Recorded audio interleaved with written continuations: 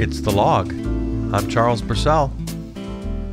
Hey, it's that time of year again when everybody has an opinion about the song, Baby It's Cold Outside. I really can't stay, but baby, it's cold outside. Oh, everybody has an opinion on this. A few years ago, it became very popular to just hate the song because it's a terrible song, and mostly because the word they used was rapey. It was about a lecherous man not recognizing the agency of an independent woman, and she's trying to escape his attempted assault. Now, I certainly understood this argument. I may have made the same argument at the time. I don't recall now. I bet I probably did, or at least listened sympathetically to the argument, because the whole notion of rape culture is nothing to joke about. Any way you slice it, there has to be a reckoning when it comes to sexual harassment and sexual assault. So let's not for a second let that be diminished. But let's get back to this song here. There's a very convincing school of thought from several commentators who know what they're talking about, that the song, Baby It's Cold Outside, is the exact opposite of what these critics suggest. That it's actually a song of empowerment. It's a feminist song. It was written in the 40s when certain expectations about women's sexuality were, I guess you'd say, limited at best. Women weren't free to have consensual sex without their maiden aunts being shocked and appalled, without their brother waiting at the door. So when Frank Loesser wrote this song, he was certainly intimately aware of contemporary mores. And by all accounts, the critics of his time, those who have looked honestly back at the origins of this song, make clear that it was indeed a feminist song. Chris Willman writes in Variety, Loesser was, among his many gifts, a savvy chronicler of sexual and gender mores. Yes, he wrote Baby It's Cold Outside as a goof for himself and his wife to sing at parties. In fact, it was written for that purpose years before it made its debut in the film Neptune's Daughter, and won the Best Original Song Oscar as a result. Ennobling and enabling a liberated view of women's sexuality was probably not the foremost thing on his mind in the mid-40s, rhyming waves upon a tropical shore with My Brother Will Be There at the Door, but he wrote a feminist-leaning anthem that holds up pretty well as a sex-positive period piece. Now, as with any art, perception becomes reality. What a listener hears is more important than what the writer intended. So, if you want to stick to the idea that this is really a quote-unquote rapey song, I'm not going to disagree with what you're hearing. But I just think it's really worth mentioning at this time of year, because there's no escaping this song. It's ubiquitous, for better or worse. Now, what brought this to mind today was I happened to run across a version of it by Joseph Gordon-Levitt and Lady Gaga, which was just horrendous, just a dreadful version. That's been one of the problems lately. It's become the song, just everybody wants to do it. And some of the versions are just horrible. And then some of the versions switch roles. They have the woman sing the so-called aggressive side of the lyrics. And then they pat themselves on the back and think how cool they are, when actually the aforementioned movie, Neptune's Daughter, has a version of the song that actually does that. The first time America hears the song, or at least the second time in the same movie, that very thing is done. So there's nothing original about it. It's been done several times, including in that 1940s movie. So don't pat yourself on the back too hard. And that's what Joseph Gordon-Levitt and Lady Gaga do. They reverse the roles. So this pops up in my social media. I take a look at it. I don't know why. And it's just dreadful for so many reasons. First of all, there's this reversal thing that you can tell they just take such pride in. And the comments. The comments below the post, everybody just trying to outdo each other with their effusive praise. Oh, how clever to reverse the roles. And isn't this wonderful? Well, I need to rain on this parade a little bit. First of all, it's not original or cool that they reversed roles, as I've already spoken about. Secondly, the performance is dreadful. It's hokey and hacky. It's hammy. And he can't sing. Now, Lady Gaga, I'm actually a fan of Lady Gaga. Well, I wouldn't say I'm a fan, but yeah, I respect Lady Gaga as an artist. But in this particular performance, she completely sucks. See, Frank Loesser wrote a pretty cool song, and it's intricate. If you know the song at all, there are these interweaving lyrics. There's all this wordplay, and it's melodically intricate. You and I have spoken about melody before, and I remember saying how disappointed I am in modern music that so much of it turns its back on melody, as though it's not an important component in music anymore. Well, Joseph Gordon-Levitt, he just doesn't have the voice to create any musical achievement here. He's not singing the melody. He's not hitting the correct intervals. He's not breathing correctly. He's not doing anything that a singer does at all. And even though Lady Gaga's got the talent, she didn't put in any work on this musically. It was all about the kitschiness of it.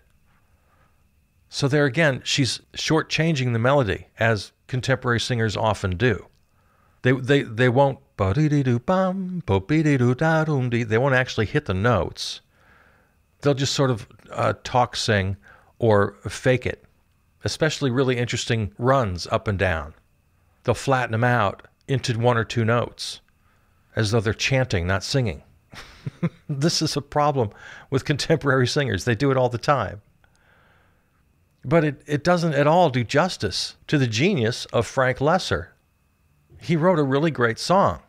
I mean, musically, this is a really cool song and very sophisticated in many ways. And Lady Gaga and Joseph Gordon-Levitt absolutely butcher it in this video that everybody just loves. And that, I've buried my lead, but that really gets to what I want to say. We like bad things. Too many of us really, really love things that are demonstrably awful. And when I see examples of it, I feel the need to point it out. Now, I can hear the argument, because I've heard it 100 times. Well, we like it. Who cares? And for the most part, I would agree. You like it, fine. But as John Pavlovitz put it in an article I might get to today, on a different topic, actually. A little side note. I'm not sure we're going to get to it, but he wrote an article back in October that's resurfaced about how, no, I won't agree to disagree. You're just wrong. And in this case, he's talking about the presidential race. But he has a quote in there that I absolutely agree with and believe.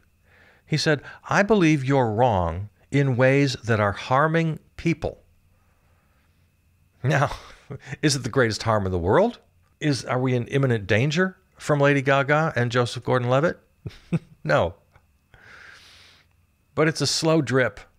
It's making us all dumber. It's making the culture weaker. When we just blindly and kind of sheepishly go along with everybody and say, oh, isn't this cute? Isn't this wonderful?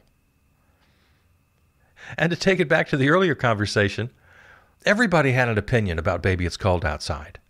And every year they spring up again, and everybody shouts their drunk at the end of the bar opinion. They've given it no thought. They've done no reading about it. There's nothing to really back it up, just sort of a gut feeling, something that I kind of heard from somebody else. This is what I fight against. I fight against dumbness in the culture. When we're just dumb about our opinions, but we have a right to our opinions, so everything's fine, so we don't have to take any responsibility for them. Oh, and the same thing goes for art and music. Well, I like what I like. Doesn't have to be any standards. In fact, any so-called critic who tries to enforce standards is my natural enemy. This is what I fight against. And again, it's not the end of the world, but there is a slow drip, and we all collectively just become dumber. So I'm here to tell you, if you run across this version of Baby It's Cold Outside with Lady Gaga and Joseph Gordon-Levitt, I'm here to tell you it's horrible for 100 different reasons. And it deserves to be labeled as such. And if you like it, if you enjoy it, if you're entertained by it, fine, what am I going to do? But if you care about art, if you care about music, if you care about culture, if you think it should engage us and entertain us and move us forward and make us more human and be a force for good in the world, and if you think culture should advance over time and honor its heritage, if you have any thoughts at all about culture and its importance in our lives, you shouldn't just be lazy about such things. This I believe. I tell you, this was also on my mind because I came across something else in the news yesterday. For those of you listening here in my area, for my Milwaukee and Wisconsin listeners, you know I'm coming to you from River West, the greatest neighborhood in the world, right here in Milwaukee, Wisconsin. Well, we have a local celebrity. Everybody loves... oh, I'm going to be very unpopular after this program. Everybody loves a guy named John McGivern. He's a local celebrity. He has an annual one-man Christmas show that he does. I don't know. I've never seen it. I've seen clips. It's just basically he's up on stage telling stories. He's a personality. You can't really call him a stand-up. I'm not sure what he calls himself. He's a comedian. He's a humorist. He's a storyteller. I don't know. But God, people around here just love the guy. And I never understood the appeal. Never understood the appeal. He's again, to my observation, he's a stupid person's idea of a smart person, or an unfunny person's idea of a funny person. He likes to laugh, and he likes to crack wise, and he tells stories, and I guess they're jokes. I'm not sure. I guess they're supposed to be jokes. And he's such an everyman. Maybe that's why he's so popular. He's like your dad or your uncle who cracks jokes at Thanksgiving, and people laugh. But you know deep down, he's pretty dopey. And as much as you love your dad or love your uncle, it's like, no, he shouldn't have his own television show. Everything is just kind of a groaner. And the other thing that really rubs me the wrong way about John McGivern, he relies almost entirely, I mean, I'm not exaggerating here, he really relies pretty much exclusively on sarcasm, on insults. Not in an over-the-top Don Rickles kind of way, which, can be funny, but in a passive-aggressive, like, something weird happened to me in my childhood kind of way. It's the person who follows every little quip with, oh, just kidding. He lands his blows so softly. He just kind of slides them in there. Those of us here in the Midwest, we have a pretty good ear for that. We can hear that because it's very familiar, this kind of passive-aggressive insult via humor. Never biting, never strong, always just kind of there suggestively, almost like the essence of insult and aggression are always aromatically sprinkled into his humor. Always smiling, always laughing. Oh my God, he laughs at every one of his own jokes. I find him absolutely grating. I can't stand the guy. Now, I don't know him.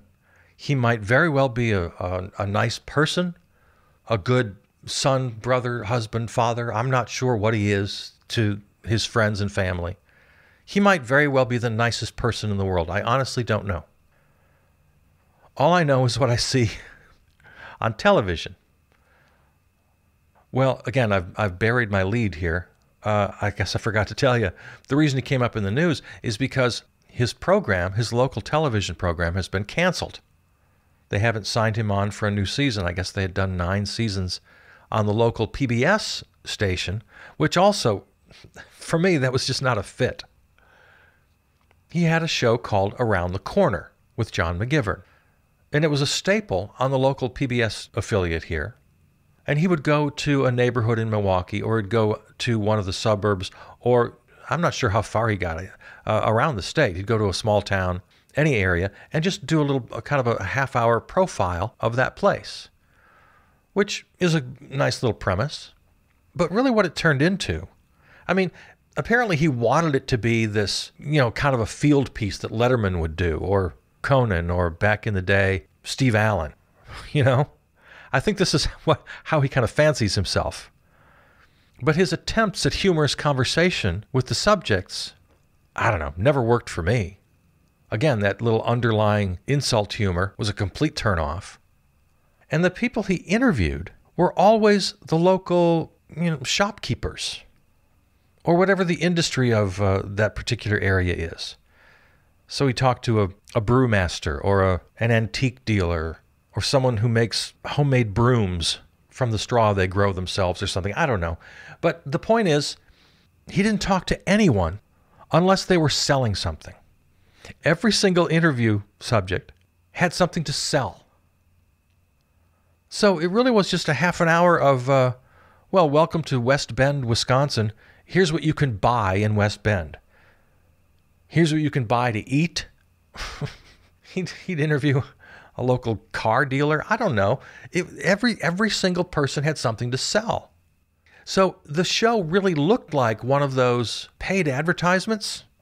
It made me think of another local show here that's basically a paid program. The woman who hosts the program will interview various people in the home industry, either realtors or designers of some sort, home contractors, people in the business around homes and selling homes and fixing homes. And so they would give it the veneer of a kind of infotainment program. But if you watch it for a little while, it's kind of clear that, this is one big long advertisement. At the end of each segment, when she says thank you to her guest, and there are several segments per half hour, there's always they put up the graphic on the screen of how you can reach these people. It's like, you know what? I think they're paying for this. This looks more like a commercial than a program. And at the end of the program, they do make some little announcement about if you'd like your business featured on such and such, please contact, So, okay, this is basically a half-hour commercial. Well, that's what John McGivern's program smelled like to me. And that's why I have no doubt that even though PBS finally had enough of this, I think they saw it the same way I did. That's my speculation. I have no doubt that he's going to be picked up again immediately by one of the local commercial stations, and they'll format it like the one I just described. They'll say, okay, this isn't going to cost us anything because you've got a following already. Do exactly what you're doing. You're just going to have to get your interview subjects to kick in for each show. Basically, they'll be your sponsors. We'll give you half an hour every week. You bring in your own sponsors. It's a win-win. I have no doubt at all that that's going to happen. For those of you here listening in my neighborhoods, if you're a big fan of Around the Corner with John McGivern, first of all, forgive me for my brutal critique. And secondly, he ain't going anywhere. I guarantee you one of the local commercial stations will pick him up with that format. But all this was on my mind today because it's another example of really kind of horrible things being popular. And I just can't be silent when I see this. Whether it's John McGivern doing sort of his pseudo-comedy, or maybe it's Cold Outside, a really kind of genius little song written by the great Frank Loesser, and over time butchered by way too many cover versions. Everybody thinks they can do it. And then this whole cultural controversy over women's empowerment and or oppression. We form opinions so quickly. We like things. We hate things. This is good. This is bad. This is right. This is wrong. And I want us, another unpopular opinion, probably. I really do want all of us, each of us, to judge, to critique. I think that's what moves us forward as humans. I think that's what makes life better. So I'm not one to say, oh, don't be judgy. Everything is fine. I really do think it's best if we do have opinions, and that those opinions be based on something. Give it some thought. Do a little research. There's nothing in this world more annoying than a half-baked opinion. I mean, you and I talk every day. It's all I do is I give opinions. I like to think I've baked them. I've prepared them.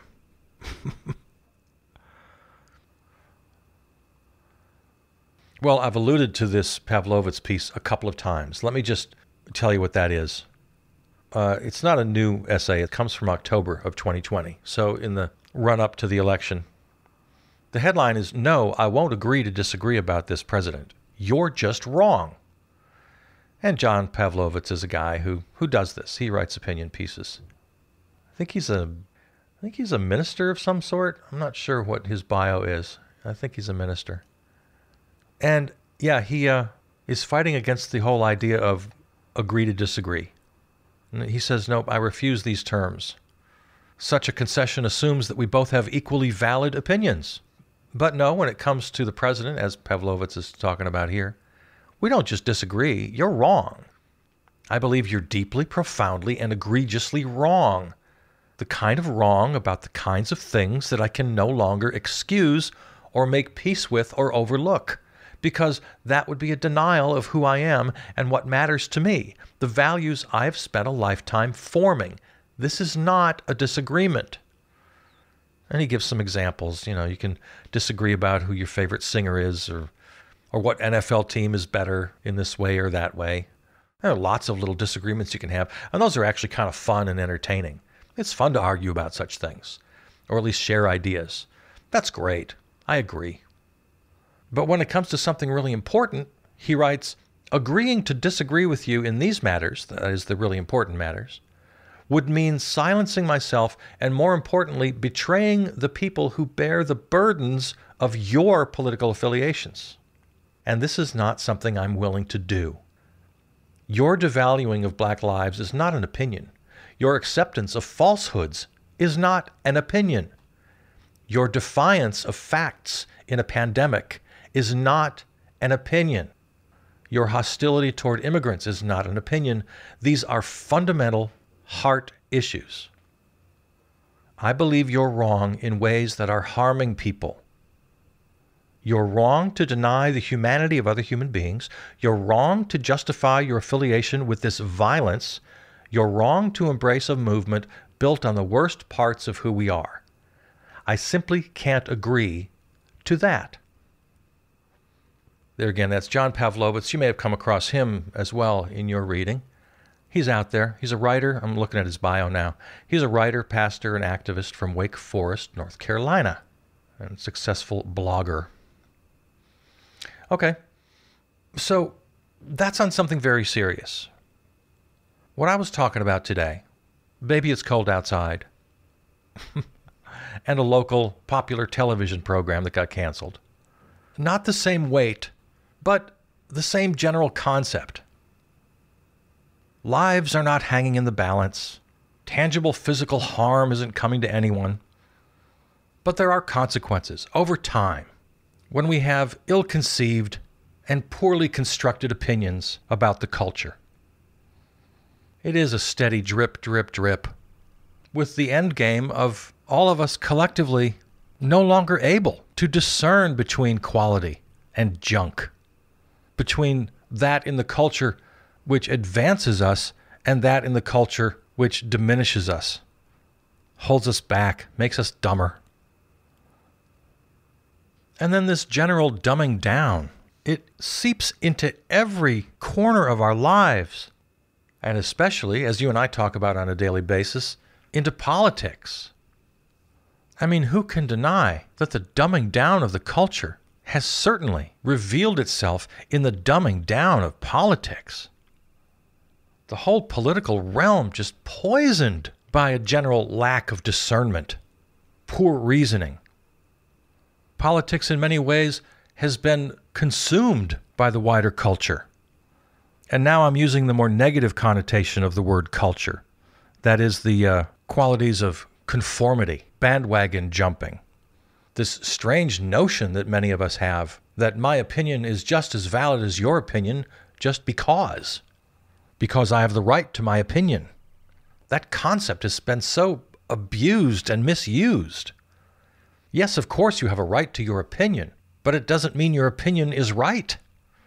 It doesn't shield you from criticism, from argument, or even from condemnation if your opinion, as Pavlovitz puts it, is harming other people. The whole, I don't know art, but I know what I like. That sentiment, harmless as it may seem, if you're looking at a Pollock painting, you don't know anything about it, and you say, that's crap, my granddaughter could do that. Yeah, in the moment, that's just kind of funny and harmless. But over time, it's not. Over time, it hurts the culture.